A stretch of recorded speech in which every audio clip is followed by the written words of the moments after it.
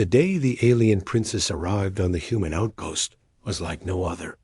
The skies above the settlement shimmered with the unfamiliar colors of her spacecraft, a sleek vessel that seemed alive, its surface rippling like liquid metal.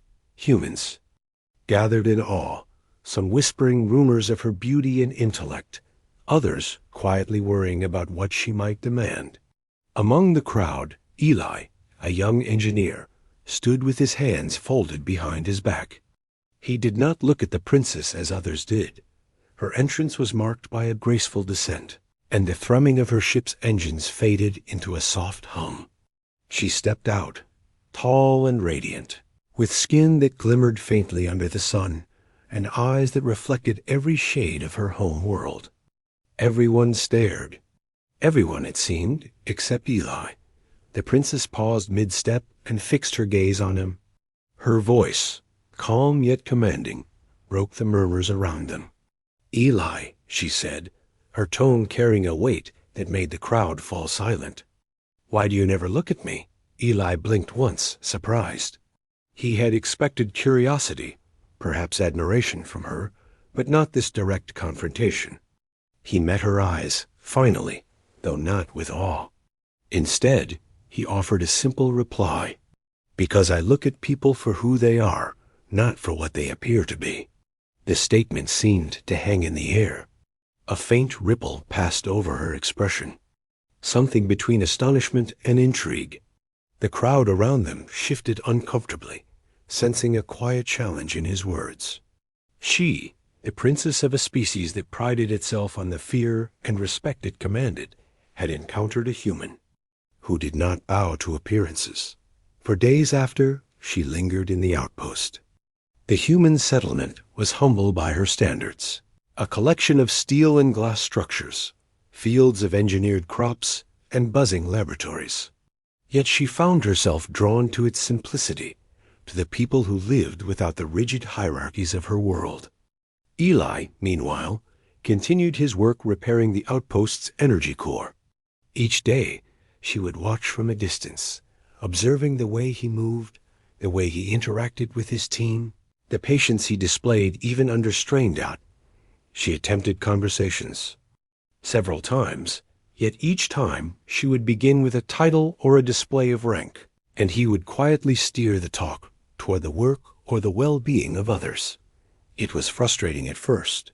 She was used to commanding, to bending situations to her will with a word or a glance. Yet here was someone immune to all that, someone who treated her as a person, not a princess. One evening, as the twin moons rose over the settlement, casting a pale silver light over the fields, she approached him in the workshop.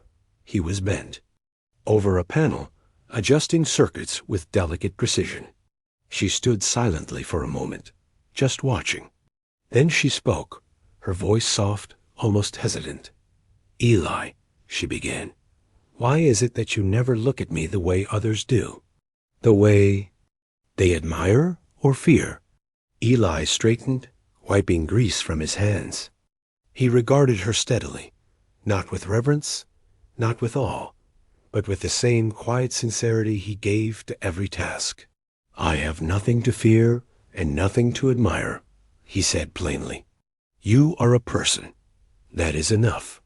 The words struck her differently than she expected. No one had ever addressed her in this way. Even among her own people, she had been seen as a symbol, a title, or a potential alliance, never simply as someone to be treated as a peer. The simplicity of his honesty unsettled her, yet it also sparked a curiosity she could not resist. In the days that followed, she began to engage more. She asked him questions, not about his skills, though those fascinated her, but about his thoughts, his experiences, his fears. He answered without embellishment, without pretense, and slowly, the princess realized that she was learning things about humans she had never known. Their resilience, their compassion, their stubborn willingness to face danger without expecting divine intervention. It was extraordinary. One night, a storm hit the outpost. Winds tore at the metal walls, and lightning danced across the sky like silver snakes. Alarms blared, and the settlement rushed to secure its equipment and people. Eli worked tirelessly, moving through the chaos with calm precision. The princess, unused to physical labor, tried to help, but she quickly realized she could not keep up. Eli noticed her struggle. He reached for her hand, guiding her to shelter, yet without condescension. "Stay close," he said, his voice steady. "We can get through this together." In that moment, something shifted. She had always believed that power was the most important currency in her world. She had ruled through fear, diplomacy, and intellect. Yet here, in the shelter of a small human outpost, she felt something different. Trust earned not by command, but by action, by integrity, by presence. After the storm passed, she stood outside, watching the stars pierce the clouds. Eli joined her quietly, not imposing, not demanding conversation. She finally spoke, a question that had lingered since the day she arrived. "Why do you see the world this way, Eli? Why do you not bow, not fear, not try to impress?" He looked at the horizon, his gaze thoughtful. "Because fear and admiration are fragile things. They depend on perception, on distance. I value truth, and truth requires seeing things as they are. People, worlds, even someone like you, I choose to see them honestly, without decoration." The princess was silent, absorbing the weight of his words. Then, slowly, she smiled, a gesture that lit her face in a way no crown ever could. "Then, I suppose I must learn to do the same," she said softly. Over the following weeks, their connection deepened. She accompanied him on inspections of the outpost systems, watched him teach apprentices, and even participated in community projects.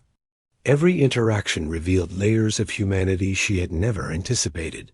The courage to face failure without hiding, the joy in simple achievements, the loyalty that demanded nothing in return. Other members of her court began to express concern.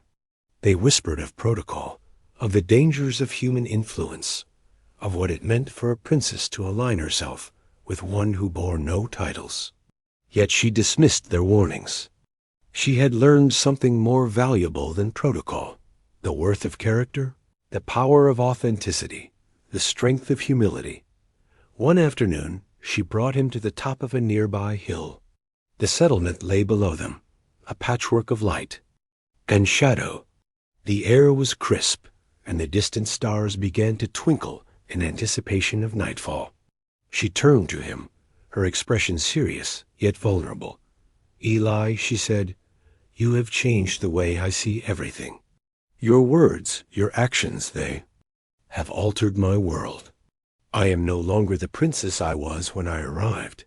I am something else, and it is because of you."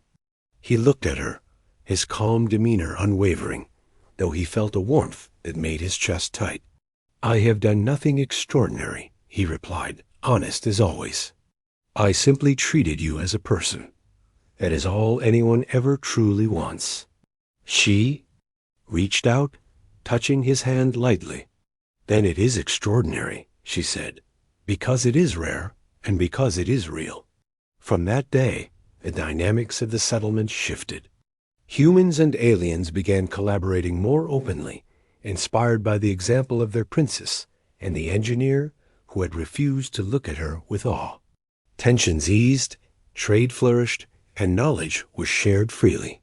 The princess, once an outsider and a symbol, became a bridge between two worlds, guided not by her status, but by the lessons she had learned from a human who saw the world with clarity and honesty. Months later, in the glow of the settlement's central plaza, she approached Eli once more. The crowd had gathered, sensing a moment of significance. She spoke, her voice carrying both authority and warmth. "Eli," she said, "you asked nothing of me, yet you gave everything. Your vision, your courage, your honesty, they have altered the course of not just my life, but the lives of many. I am grateful, more than words can express." Eli, standing quietly as always, finally smiled, the kind of smile reserved for moments of true connection. "I did what anyone should do," he said. "I treated someone as a person, that is all." The princess studied him for a long moment. Then, with a decisive nod, she extended her hand. "Then let us continue as equals," she said. "In all things, in all decisions, in all paths we walk together." He took her hand, a simple gesture that carried immense weight. It was more than alliance, more than partnership. It was a recognition that respect, honesty, and empathy could transcend worlds. That humanity, its resilience, its heart, its clarity, was a force more powerful than titles, fear, or awe. And in that union, both alien and human worlds found a new beginning, one where the measure of a person mattered far more than the grandeur they carried. The princess, once untouchable and distant, had learned the most profound lesson of all, that a gaze unclouded by fear or desire could change everything. The settlement thrived, their story spreading across stars as a testament to the power of genuine human perspective. And Eli, the unassuming engineer who had looked past a princess's appearance to see her as she truly was, remained the quiet force that altered history, not with weapons, nor with words of command, but with honesty, integrity, and the simple act of seeing someone for who they really were. The princess never asked why he had looked at her differently again. She already knew.